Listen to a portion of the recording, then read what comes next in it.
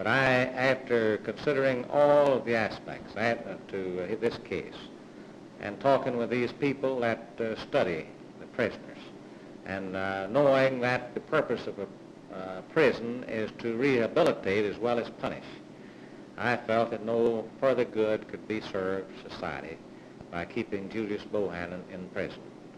And after he had worked out a satisfactory work program with a veterinary hospital near Dallas, I felt that he should be released. And I might say my first impulse was to keep him in the prison. Had I made a decision 2 months ago, that's probably what I would have done, is turn him down. But after taking time to study it over and gather additional information, I convinced myself that he should be released. Did you receive any correspondence in favor of the parole? Not a single letter in favor of letting him out. Every letter that I've received and every petition has been against releasing him from prison. But I felt that those people who sent me the letters and the petitions didn't have access to all of the information that I have had. And of course I know that it's hard for the friends and relatives of the people that he murdered to ever feel that he should be released from prison. But I feel that I have done the right thing. I have signed it, and the man will be released within a few hours.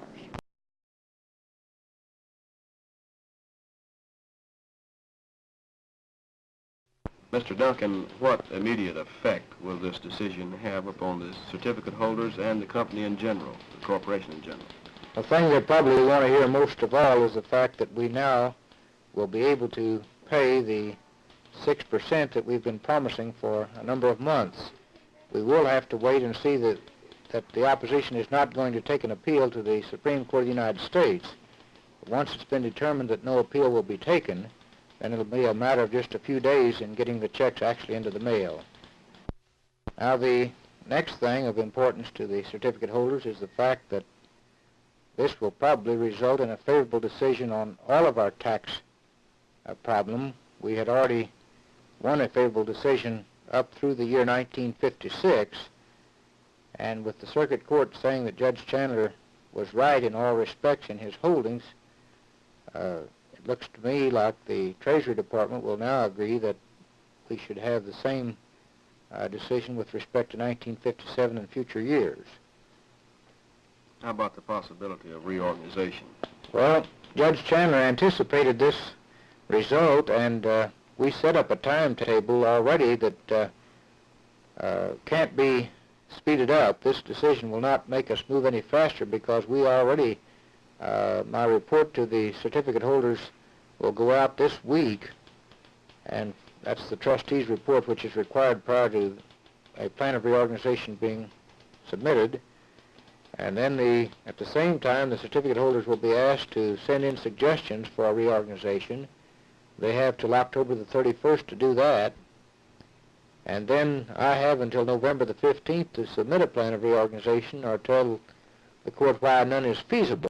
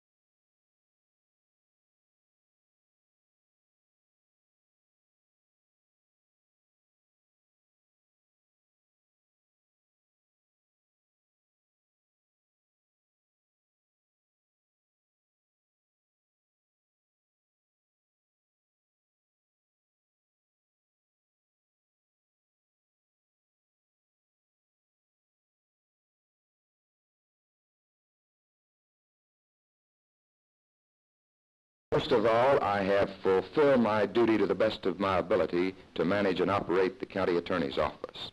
I've been in constant contact with that office while out of Tulsa, and in Tulsa practically every day in the county attorney's office, supervising the management of the office. It seems particularly ridiculous to me that the Republicans would say something about this when they have as a candidate for President of the United States a man who has been out of his office campaigning for 4 years for the presidency and has 2 more years to go in continuing his campaign, and I'm referring to Vice President Nixon. I think also that it's ridiculous because the Republican candidate for governor served 3 terms in Congress, and each time he ran for re-election, he was away from his office campaigning for re-election. And I submit a man who has a record of less than half attendances to roll calls in Congress, in other words, who missed more than half of the bills voted on when he was a member of Congress. The Republican candidate for governor has no room to criticize my position in this campaign.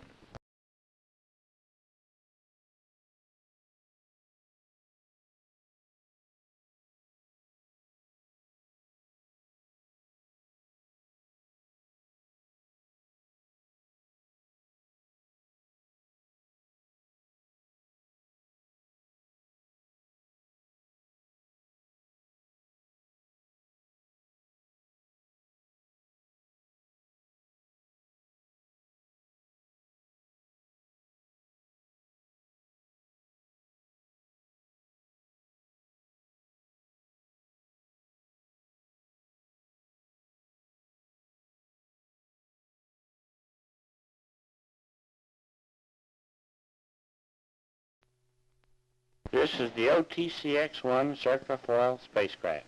And what is its purpose? Its purpose is true space flight, manned. We plan to take it to the moon and return. So when are you going to leave, sir? We have set the date of December the 7th, 1959, wherein myself, Major Wayne Aho, retired, and a third party not yet selected will take off for the moon and return. And you're going to leave from where? From Space, Maryland. Space, Maryland. That is the area of real estate wherein this craft will be fabricated, and we have obtained the name of Space for it. Who's building it? It will be the OTC Enterprises Incorporated, and I am the head of them, and the fabrication will be done by various contractors.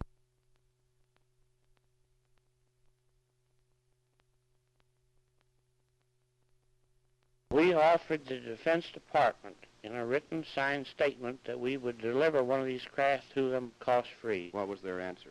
They found no value in our offer. The tone of the letter said that they had no further interest in the proposal.